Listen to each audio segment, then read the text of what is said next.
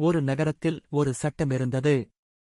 அதன்படி யார் வேண்டுமென்றாலும் அந்த நகரத்திற்கு ராஜாவாக வர முடியும். ஆனால் அந்த பதவி 5 ஆண்டுகள் மட்டுமே. 5 ஆண்டு முடிந்த அடுத்த நாளே மன்னனை ஆற்றின் கரைக்கு மறுபுறம் உள்ள காட்டில் விட்டுவிடுவார்கள். அந்தக் காட்டில் மனிதர்கள் கிடையாது. வெறும் கொடிய விலங்குகள் மட்டுமே. மன்னன் காட்டிற்குள் நுழைந்தால் போதும் வனவிலங்குகள் கொன்று தீர்த்துவிடும். இந்த சட்டத்தை யாராலும் மாற்ற இயலாது. இந்த நிபந்தனைகளுக்கு ஒப்புக்கொண்டவன் மட்டுமே அரியணையில் அமர பொருத்தமானவன். மன்னனாக முடிசூட்டிக் கொண்டவனின் தலையெழுத்து 5 ஆண்டுகளுக்குப் பின் கட்டாய மரணம். இந்த கடுமையான சட்டத்துக்கு பயந்தே யாரும் அந்த பதவிக்கு ஆசைப்படாமலிருந்ததால் அந்த அரியணை பெரும்பாலும் காலியாகவே இருந்தது. இருப்பினும் ஒரு சிலர் எப்படி இருந்தாலும் சாகத்தானே போகிறோம், மன்னனாகவே மடியலாமே என்று பதவி ஏற்பதுண்டு. அதிலும் பாதி மன்னர்கள் இடையிலேயே மாரடைப்பால் மரணமடைவதுமோ.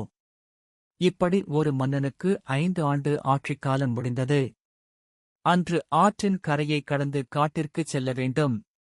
அவனை வழியனுப்ப நாடே திரண்டிருந்தது. மன்னன் வந்தான். அவருடைய சிறப்பான ஆடைகளையும் நகைகளையும் அணிந்து முடிசூடி தங்க வாளேந்தி மக்கள் முன் நின்றான். மக்கள் வாயைப் பிளந்தனர். இன்னும் அரை மணி நேரத்தில் சாகப் போகிறான், அதற்கு இவ்வளவு அலங்காரமா? தான் செல்லவிருந்த படகைப் பார்த்துவிட்டு சினத்துடன் கூறினான், மன்னன் செல்லும் படகா இது? பெரிய படகைக் கொண்டு வாருங்கள். நான் நின்று கொண்டா செல்வது? சிம்மாசனத்தைக் கொண்டு வாருங்கள். கட்டளைகள் பறந்தன, காரியங்கள் நடந்தன. சற்று நேரத்தில் அலங்கரிக்கப்பட்ட அழகான படகு ஆற்று நீரை கிழித்துக் கொண்டு மறுகரை நோக்கிப் பயணித்தது. மக்கள் திகைத்து நிற்க, மன்னன் கையசைக்க பயணம் தொடர்ந்தது. மிகவும் அதிர்ச்சியடைந்தவன் படகோட்டியே.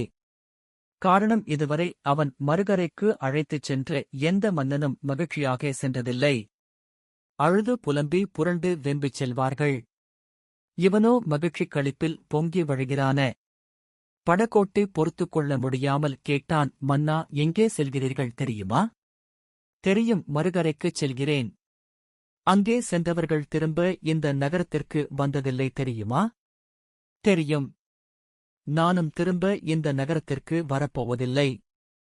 பின்னே எப்படி உங்களால் இவ்வளவு மகிழ்ச்சியாக இருக்க முடிகிறது? அதுவா, நான் என்ன செய்தேன் தெரியுமா?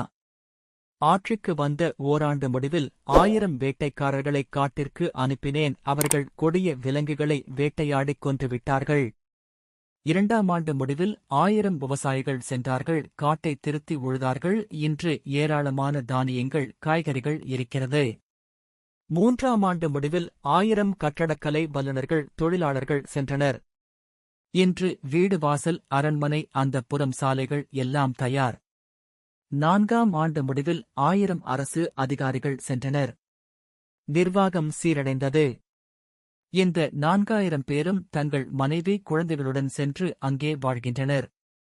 இப்போது நான் காட்டிற்குப் போகவில்லை, என்னுடைய நாட்டிற்குப் போகின்றேன்.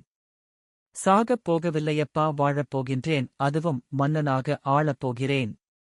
உனக்கு ஒருவேளை அரண்மனை படகோட்டி வேலை வேண்டுமென்றால் இந்த படகோடு இப்படியே வேலைக்கு சேர்ந்துவிடு என்றான் மன்னன். ஒரே ஒரு கேள்வியை மட்டும் எடுத்துக் கொள்ளலாம். மன்னனின் வெற்றிக்கு காரணங்கள் யாவை?